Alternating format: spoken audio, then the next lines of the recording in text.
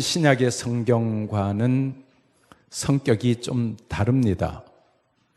이 히브리서는 독특한 형식을 띠고 있는데 아주 쉽게 표현하면 구약과 신약의 예수님을 절묘하게 연결시킨 성경이 히브리서다, 이렇게 생각하면 틀림이 없을 것 같습니다. 그 가운데서 오늘 히브리서 4장 14절 이하에서는 예수님의 대제사장 되심을 소개하고 있습니다. 여러분들은 신앙생활을 하면서 그리스도의 삼중직이라고 하는 표현을 여러 번 들어보셨으리라고 생각합니다. 예수님께서 공적 직함을 가지고 계시는데 세 가지 직함을 가지고 계신다라고 하는 뜻입니다.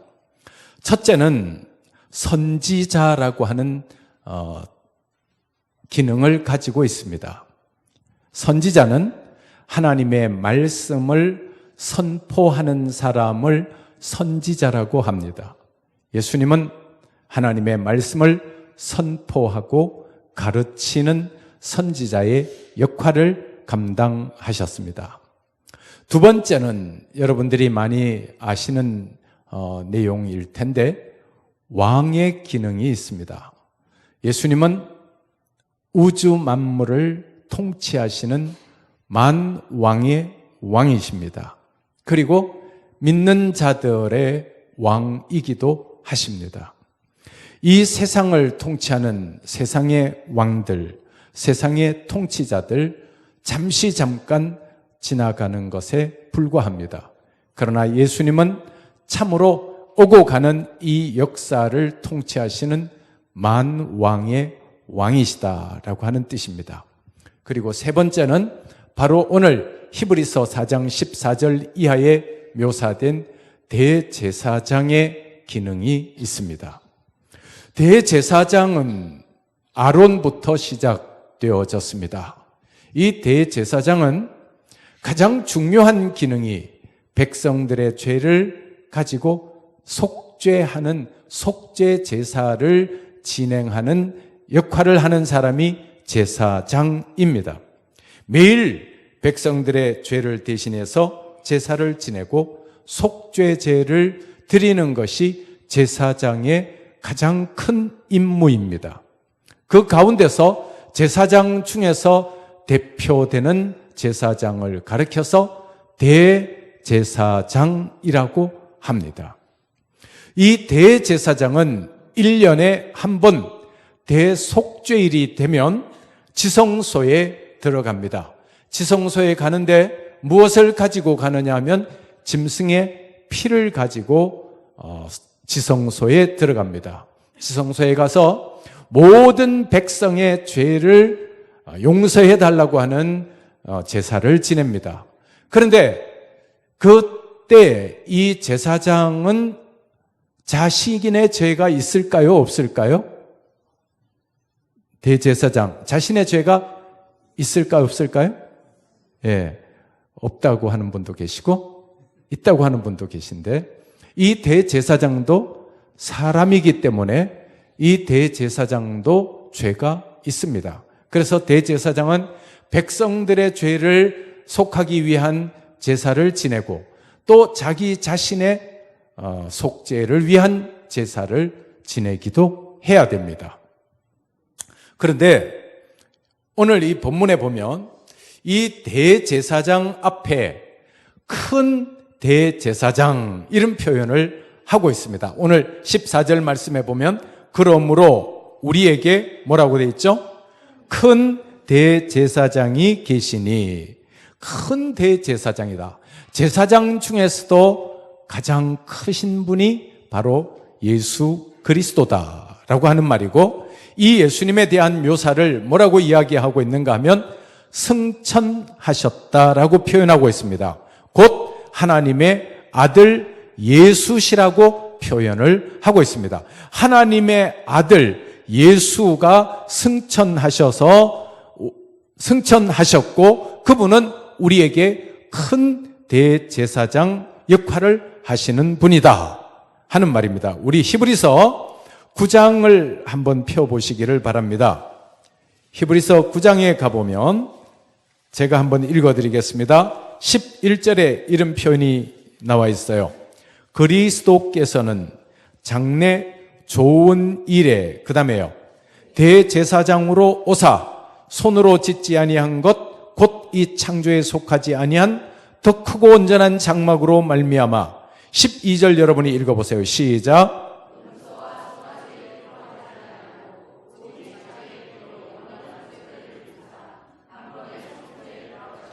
13절 제가 읽을게요. 염소와 황소의 피와 및 암송아지의 죄를 부정한 자에게 뿌려 그 육체를 정결하게 하여 거룩하게 하거든. 14절 여러분들이 시작.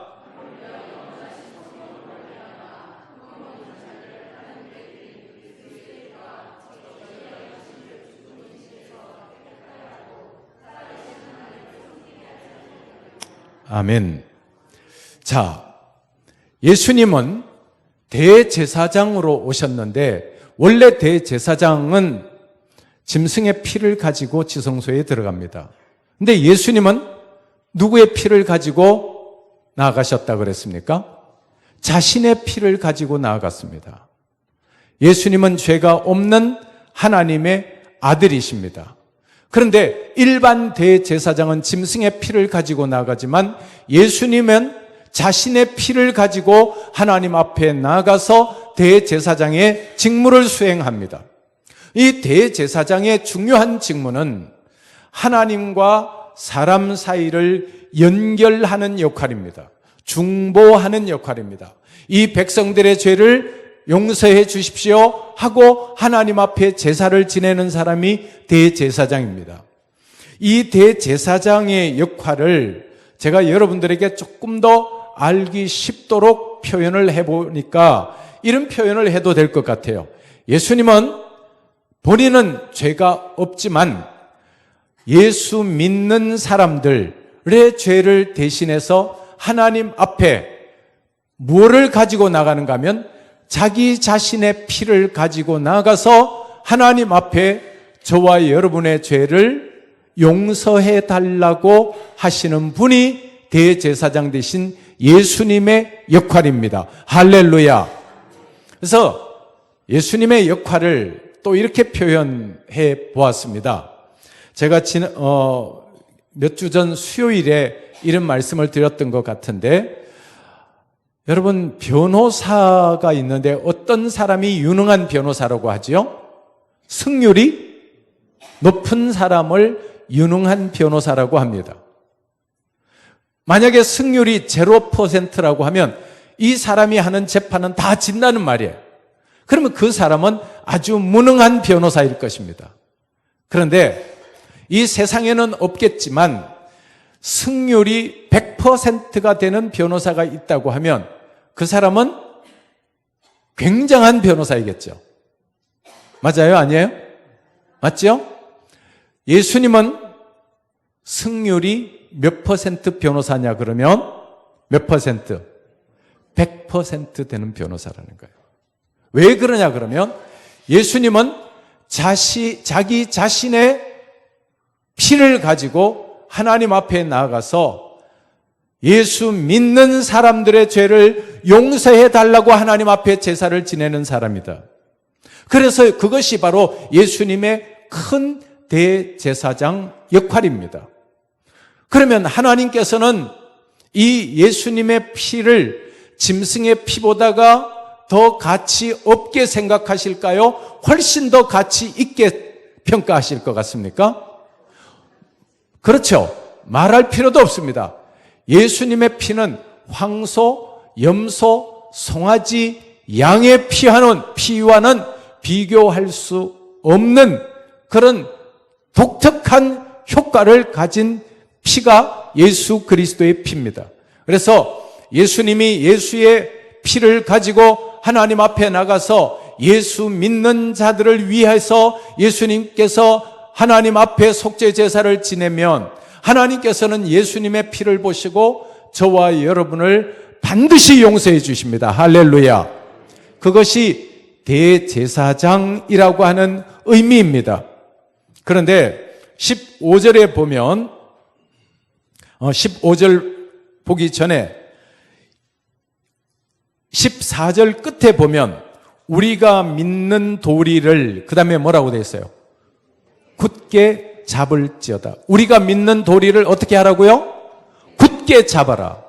이 믿는 도리라고 하는 것은 예수님이 나를 위해서 십자가에 피 흘려 주시고 예수님이 나를 위한 제물이 속죄 제물이 되어 주셨고 예수님이 나를 위한 대제사장이 되어 주셨고 하는 것이 캐리그마입니다. 구원의 도리입니다. 이 구원의 도리를 어떻게 하라? 굳게 잡으라. 할렐루야. 그 다음에 오늘 제가 여러분에게 강조하고 싶은 내용은 15절 말씀입니다. 15절 말씀은 우리에게 있는 대제사장은 그 다음에 뭐라고 되어 있죠? 우리의 연약함을 동정하지 못하실 리가 아니요 모든 일에 우리와 똑같이 시험을 받으신 이로되 죄는 없으시니라. 예전 성경은 우리의 연약함을 체휼하지 못하실 이가 아니요라고 번역해 놨는데 체휼이라고 하는 단어를 사람들이 잘 몰라요. 그래서 체휼이라고 하는 단어 대신에 뭐라고 번역했는가 하면 동정이라고 하는 단어를 썼습니다. 그런데 제가 생각할 때는 이 동정이라고 하는 단어는 자칫 잘못 들으면 예수님이 우리를 동정하시는 분인가? 이렇게 생각하면 조금 뉘앙스가 우리가 기분이 상할 수도 있겠죠? 그런데 사실은 이 동정이라고 하는 단어는 그런 단어가 아닙니다. 제가 조금 이따가 설명을 드릴 텐데 먼저 연약함이라고 하는 단어부터 생각해 보겠습니다. 우리에게 있는 대제사장은 우리의 연약함을 동정하지 못하실 리가 아니요 그랬는데 여기 연약함이라고 하는 단어는 헬라어로 아스테네이아라고 하는 단어에서 붙어 왔습니다. 아스테네이아라고 하는 단어는 무슨 뜻이 있느냐 그러면 나약한 몸이다라고 하는 뜻이 있습니다. 또 이 말은 몸에 질병이 든 상태를 나약한 몸이라 그럽니다. 또 이 연약하다라고 하는 이 뜻은 약한 마음, 힘이 부족함, 연약함 이것을 다 포함하고 있습니다.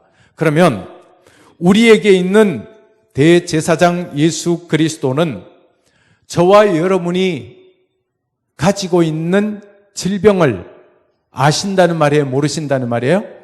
아신다는 말이에요. 여러분 가운데 몸이 완벽하게 건강한 분이 계신가요?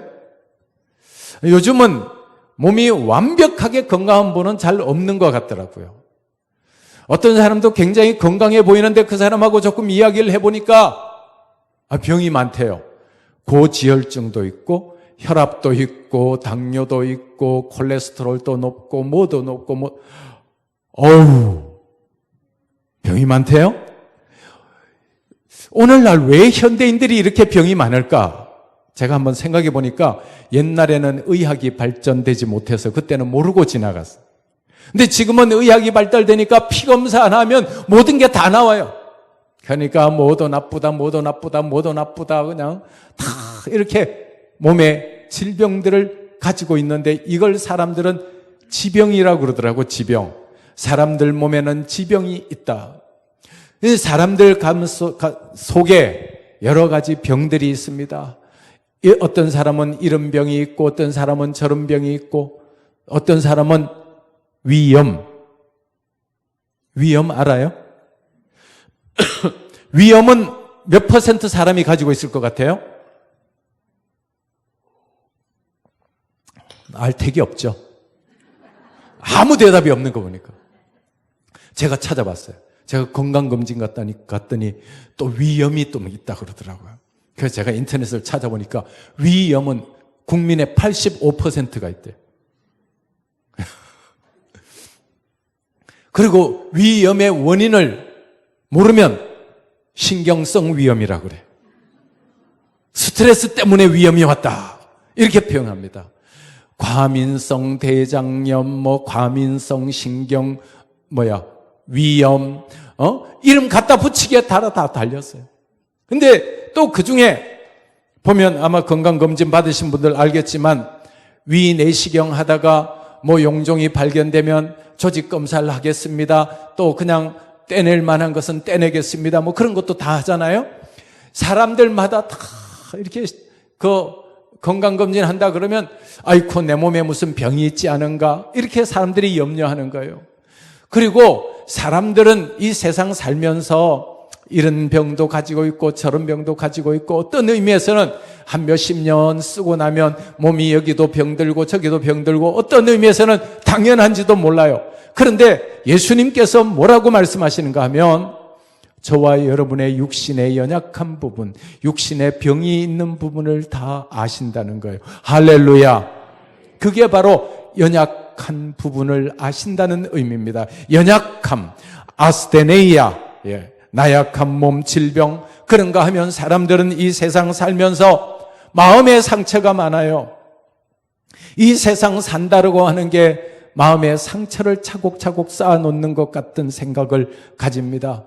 남편과 아내와의 관계에서 말 한마디 때문에 상처를 입기도 하고 부모와 자식의 관계에서 부모가 자식의 말 한마디 때문에 상처를 받기도 하고 자식이 부모 말 한마디 때문에 상처를 입기도 하고 그래서 사람들의 마음속에 들어가 보면 심리학에서 쓰는 단어 가운데 broken heart라고 하는 말을 씁니다.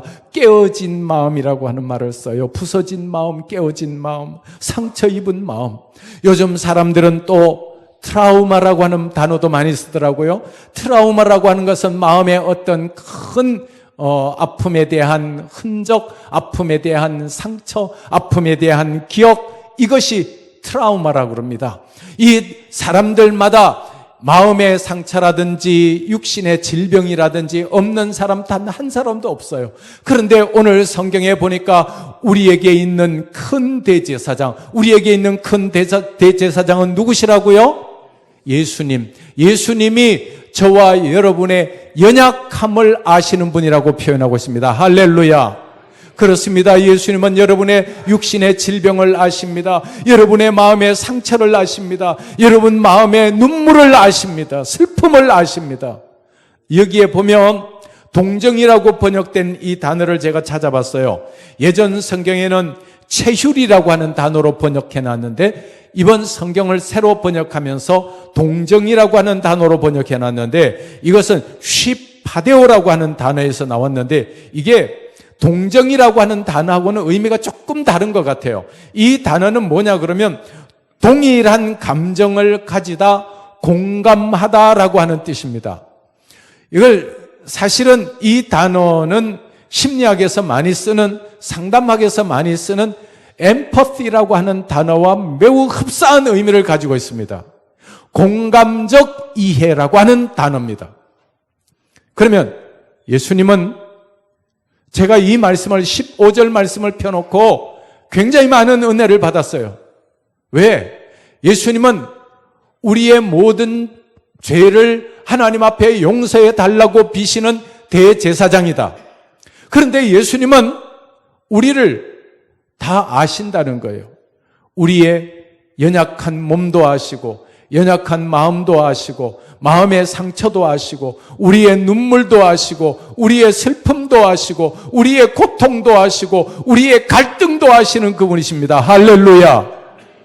그래서 이 말씀이 저에게 얼마나 은혜가 되는지 몰라요.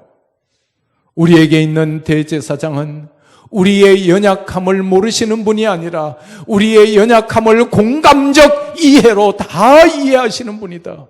내가 너의 외로움을 안다. 내가 너의 고통을 안다. 내가 너의 상처를 안다. 내가 너의 외로움을 안다. 어떤 의미에서 인간은 공동체 속에 살아가고 있지만은 외로운 존재가 인간 아니든가요? 케르케고르가 지적한 대로 단독자로서 하나님 앞에 선 실존이라 그랬습니다. 인간은 누구나 어떤 의미에서 홀로 살아가는 존재가 인간 아니더냐 말입니다. 홀로 살아가기에 누구에게도 말할 수 없는 외로움이 있고 누구에게도 말할 수 없는 고통이 있고 슬픔이 있고 방황함이 있고 좌절함이 있고 이렇지 않습니까? 그러한 모든 것을 우리 주님께서 엠퍼시, 공감적 이해를 하시면서 제가 가진 마음과 동일한 마음으로 나를 보신다는 거예요. 할렐루야. 그렇게 생각하니까 이 말씀이 얼마나 은혜가 되는지 몰라요. 내가 육신이 병이 들었어요. 내가 이제 늙어갑니다. 내 인생 끝난 것 아닌가? 내 인생 내가 이제 나에게 어떤 낙이 있을 것인가? 좌절되고 절망되는 순간도 있지 않습니까? 그 마음을 우리 하나님께서, 우리 주님께서, 우리 예수님께서, 우리의 대제사장 되시는 예수님께서 100% 다 공감하신다는 거예요. 아멘? 그렇게 생각하니까 이 말씀이 얼마나 힘이 되는 말씀인지 몰라요. 우리에게 있는 대제사장은 우리의 연약함을 동정하지 못하실 리가 아니요 모든 일에 우리와 똑같이 시험을 받으신 이로되 죄는 없으시니라. 며칠 전에 뉴스에 보니까 끔찍한 뉴스가 하나 나왔어요. 남편이 직장에서 퇴직을 했습니다. 나이는 60살인데 예순인데 60이면 많아요, 적어요?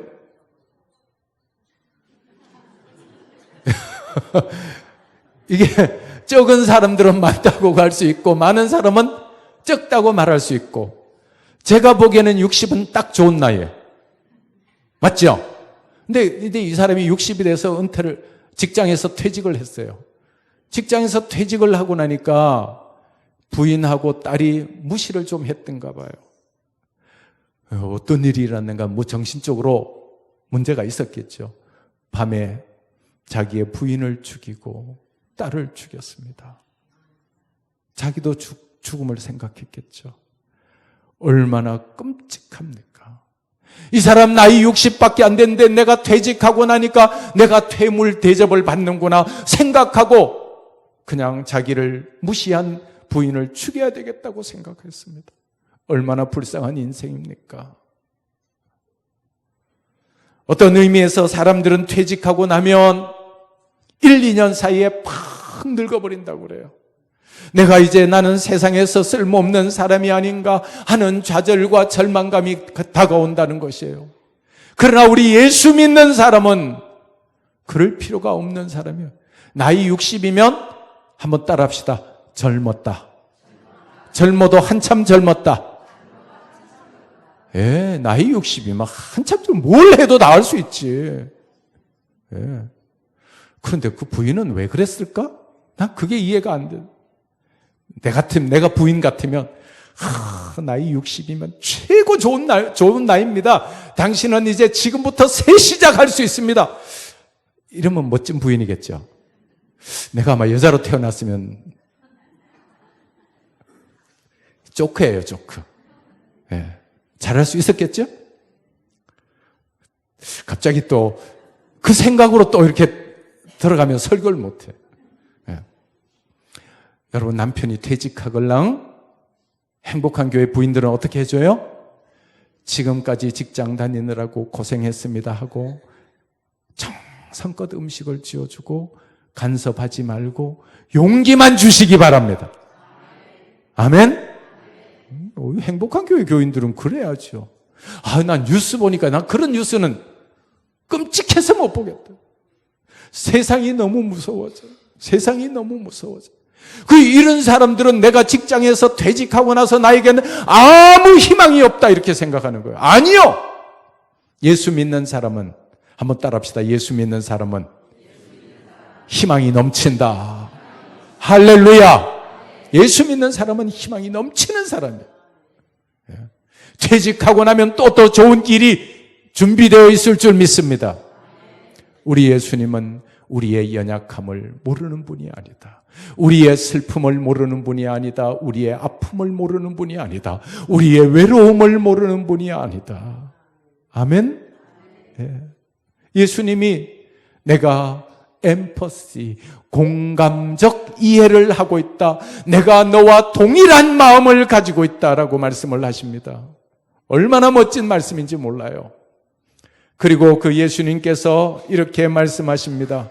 우리에게 있는 대제사장은 우리의 연약함을 동정하지 못하실 리가 아니요 모든 일에 우리와 똑같이 시험을 받으시니로되 죄는 없으시니라 말씀하고 있습니다. 그러면서 16절에 그러므로 우리는 뭐를 받고? 긍휼하심을 받고 때를 따라 돕는 은혜를 얻기 위하여 그 다음에 은혜의 보좌 앞에 담대히 나아갈 것이니라. 할렐루야. 여러분, 보좌는 왕이 앉는 자리를 보좌라 그럽니다. 그리고 성경에 이 보좌는 만왕의 왕이신 하나님이 앉아서 심판하시는 거예요. 심판의 보좌예요. 성경에 나타난 이 세상의 왕이 앉는 보좌는 몇 년 앉으면 내려와야 돼. 그러나 하나님이 참으로 만왕의 왕이시고 예수님이 만왕의 왕이신데 그 보좌 앞에 가면 심판하시는 거예요. 히브리서 9장 27절에 뭐라고 말씀하고 있는가 하면 한 번 죽는 것은 사람에게 정해진 것이요 그 후에는 심판이 있으리니. 심판하시는 거예요. 하나님께서 보좌에 앉아서 심판하시는 거예요. 심판하는데 너는 천국, 너는 지옥 딱 심판하시는 거예요. 너는 불 가운데로 던져져. 그러면 불 가운데로 던져지는 거예요. 이게 바로 보좌예요. 왕이 앉는 자리 심판의 보좌입니다. 요한계시록 20장 15절에 보면 누구든지 생명책에 기록되지 못한 자는 불못에 던져지더라. 죄와 죽음의 문제를 해결하지 못한 사람은 심판의 보좌 앞에서 영원한 심판을 받고 영원한 멸망을 받습니다. 그런데 누구는 은혜의 보좌 앞에 나갈 수 있어요? 예수님을 대제사장으로 모신 사람은 심판의 보좌로 나가는 것이 아니라 무슨 자리로 나가요? 은혜의 보좌로 나가는 거예요. 할렐루야. 은혜의 보좌 앞에 나가면, 은혜의 보좌 앞에 나가면 심판을 받나요? 안 받나요? 확실히 은혜의 보좌 앞에 나가면 심판을 받아요? 안 받아요? 심판을 안 받아요. 심판은 누가 받으셨어요? 예수님이 받으셨어요. 한번 따라합시다. 예수님을 믿으면 심판이 없다. 할렐루야. 예수님을 믿으면 은혜의 보좌에 나가는 거예요. 은혜의 보좌라고 하는 것은 무슨 의미냐 그러면 그곳에 나가면 하나님께서 은혜를 베풀어 주시는 곳이 은혜의 보좌예요. 은혜의 보좌에 나가면 하나님께서 우리를 만나 주시며 하나님의 은혜를 베풀어 주십니다. 그러면 누가 은혜의 보좌에 나아갈 수가 있을까요? 요한계시록 7장 14절에 보면 어린 양의 피에 그 옷을 씻어 희게 하였느니라. 예수 그리스도의 피로 죄 씻음을 받은 사람이 은혜의 보좌로 나아갑니다. 할렐루야. 또 다른 말로 말하면 주 예수를 믿으라 그리하면 너와 내 집이 구원을 얻으리라. 예수 그리스도를 구주로 믿는 사람은 은혜의 보좌 앞에 나가게 됩니다. 할렐루야. 이 사실을 여러분들이 분명히 기억해야 합니다. 천하 인간에게 구원을 얻을 만한 다른 이름을 우리에게 주신 적이 없습니다. 돈도 우리를 구원하지 못하고 명예도 우리를 구원하지 못하고 세상 그 모든 것도 우리를 구원하지 못합니다. 세상 젊음도 우리를 구원하지 못합니다. 참 요즘 이렇게 보면 젊다는 게 얼마나 아름다운지 모르겠어요. 참 젊은 아기들은 젊다 그러지 않죠? 어린 아기들 얼마나 그냥 싱싱해요. 얼마나 그냥 피부도 그냥 탱글탱글하고 그냥 윤기가 철철 넘치고. 근데 나이가 들면 왜 주름이 찾아와? 나이가 들면 왜 머리에 백발이 찾아오든가? 이제 나이가 드는 것보다는 젊음이 좋은 것 같은데 여러분, 젊음이 영원히 젊던가요? 아니면 잠깐 지나가던가요? 잠깐이요. 웃기지 마라 그래요. 네, 웃기지 말라 그래요. 젊음이 100년 젊은 사람이 어디 있어요? 누구나 다 가는 거예요. 어떤 사람이 그러면 목사님 젊은 사람 부러우니까 목사님 다시 젊어지실래요? 난 안 해. 한 번 살았으면 됐지 뭘 두 번이나 또 살아. 예수 믿는 사람은 겉사람은 후패도 속사람은 날로 새로워. 아멘. 할렐루야. 우리 예수 믿는 사람은 서글프지 않은 사람이에요. 예. 얼마나 멋있어요. 얼마나 멋있어요. 사실은 주름도 멋있고 백발도 멋있고 우리 권사님들 봐. 얼마나 멋있어요. 할렐루야. 예. 예수 믿는 사람은 심판의 보좌에 서는 것이 아니라 어디에 서요? 은혜의 보좌 앞에 나갑니다. 은혜의 보좌 앞에 나갑니다. 요한복음 6장 37절에 보면 예수님께서 이렇게 말씀하십니다. 내게 오는 자는 내가 결코 내어 쫓지 아니하리라. 예수님에게 나오는 자는 예수님이 쫓아내지 않는데요. 예수님에게 오는 자는 예수님이 은혜를 베풀어 주신대요. 할렐루야. 이래도 예수님 앞에 안 나오는 사람들이 있다니까. 그 사람들은 은혜의 보좌에 나가는 것이 아니라 무슨 보좌에 나가요? 심판의 보좌에 나가는 거예요. 주 예수를 믿으라. 그리하면 너와 내 집이 구원을 얻으리라 그랬는데 나는 예수 안 믿고 산다. 잘 살아라. 한번 보자. 그거죠 뭐. 예수 믿는 자만 은혜의 보좌 앞에 나오는 거예요. 여러분 예배 시간에 빠지지 말기를 축원합니다. 하나님을 사랑하는 마음으로 예배마다 참석하기를 바랍니다. 믿음은 예배에 얼마나 참석하느냐에 따라 달려 있어요. 예배에 참석해서 하나님의 말씀을 들어야 믿음은 들음에서 나며 들음은 그리스도의 말씀으로 말미암느니라고 그랬는데 하나님의 말씀을 안 듣고 세상 말만 듣고 살아가니 믿음이 생길 택이 있나? 우리는 누구 말씀을 들어야 된다? 하나님의 말씀을 들어야 된다. 그래서 우리는 예배 시간마다 부지런히 나와야 되고 이 말씀을 들으면 우리는 은혜의 보좌로 나가는 것입니다. 은혜의 보좌로 나가면 우리 하나님께서 우리에게 은혜를 주십니다. 이사야서 55장 1절에 보면 너희 목마른 자들아 물로 나오라. 돈 없는 자도 오라. 너희는 와서 사먹되 값없이 돈 없이 와서 포도주와 젖을 사라고 말씀하고 있습니다. 우리 인간이 가장 복된 발걸음이 어디냐? 예수님 앞으로 나오는 거예요.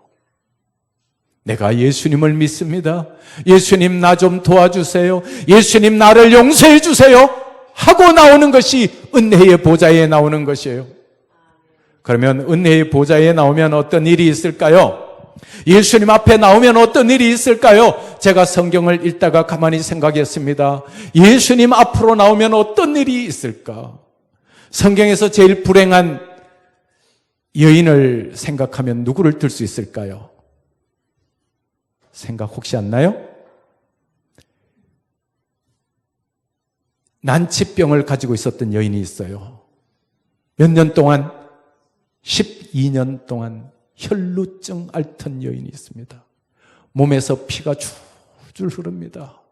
피가 줄줄 흐르는 유출병을 가지고 있었기 때문에 이 여인은 사람들과 섞여 살지 못하고 부정한 여인으로 취급받아서 따로 떨어져서 삽니다. 이 여인이 누구 앞으로 나왔어요? 내가 예수님 앞으로 가야 되겠다 생각하고 예수님의 옷자락에 손을 대었더니 그 순간 혈루 근원이 말랐습니다. 할렐루야! 그때 예수님께서 누가 내 몸에 손을 대었느냐 그러니까 제자들이 아니 선생님 이 수많은 사람들이 있는데 선생님 옷에 손을 댄 사람을 찾으십니까? 그때 이 여인이 고개를 숙입니다. 무릎을 꿇습니다.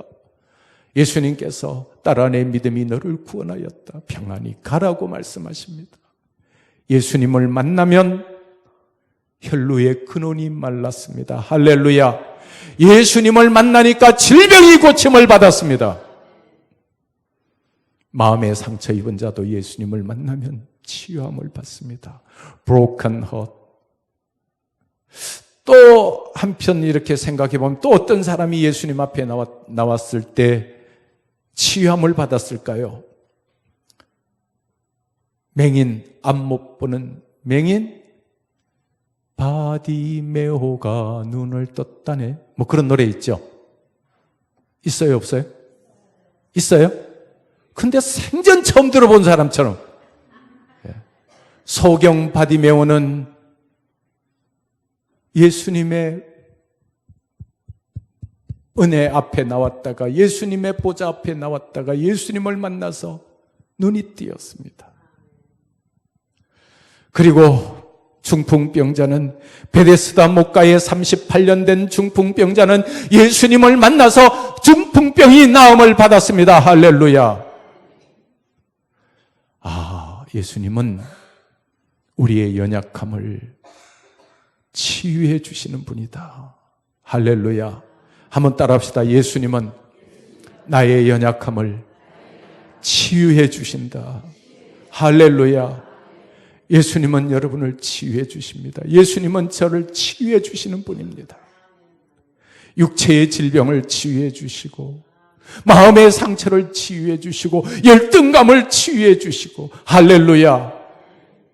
예수님께서는 우리의 연약함을 공감적 이해를 해주시는 분일 뿐만 아니라 이 연약함을 치유해 주시는 분이시기도 합니다. 그 예수님께서 내가 너를 사랑한다고 말합니다. 너는 내 아들이라고 말하고 내가 너를 보기를 원한다고 말씀합니다. 오늘 이 말씀 가운데서 예수님께서 우리에게 있는 대제사장은 우리의 연약함을 동정하지 못하실 리가 아니요 모든 일에 우리와 똑같이 시험을 받으신 이로되 죄는 없으시리라. 그러므로 우리는 긍휼하심을 받고 때를 따라 돕는 은혜를 얻기 위하여 은혜의 보좌 앞에 담대히 나아갈 것이니라. 할렐루야. 은혜의 보좌 앞에 나오시기를 바랍니다. 아멘. 하나님의 말씀의 보좌 앞에 나오고 주의 몸된 교회의 보좌 앞에 나와서 행복한 교회에 나와서 여러분이 하나님의 은혜를 체험하시기를 바랍니다. 여러분의 연약함을 치유해 주시는 그분의 능력을 체험하시기를 바랍니다. 우리 주님은 우리의 아픔을 다 아십니다. 공감적 이해를 해주시는 분입니다. 우리와 내가 나의 육신의 질병 때문에 슬퍼하고 눈물 흘릴 때 우리 주님이 똑같은 마음으로 슬퍼하고 눈물 흘리신다고 말씀하십니다. 그 주님이 저와 여러분을 치유해 주실 줄 믿습니다. 오늘 설교 제목을 그래서 제가 이렇게 잡았습니다. 오늘 설교 제목이 뭐죠? 우리의 연약함을 아시는 그분. 조금 더 나가면 우리의 연약함을 치유해 주시는 그분. 할렐루야. 육신의 연약함을 치유해 주십니다. 여러분 마음의 외로움을 치유해 주십니다. 마음의 열등감을 치유해 주십니다. 마음의 아픔을 치유해 주십니다. 할렐루야. 이 예수님과 함께 치유받고 행복하게 살아가는 저와 여러분이 되시기를 축원합니다. 기도하겠습니다.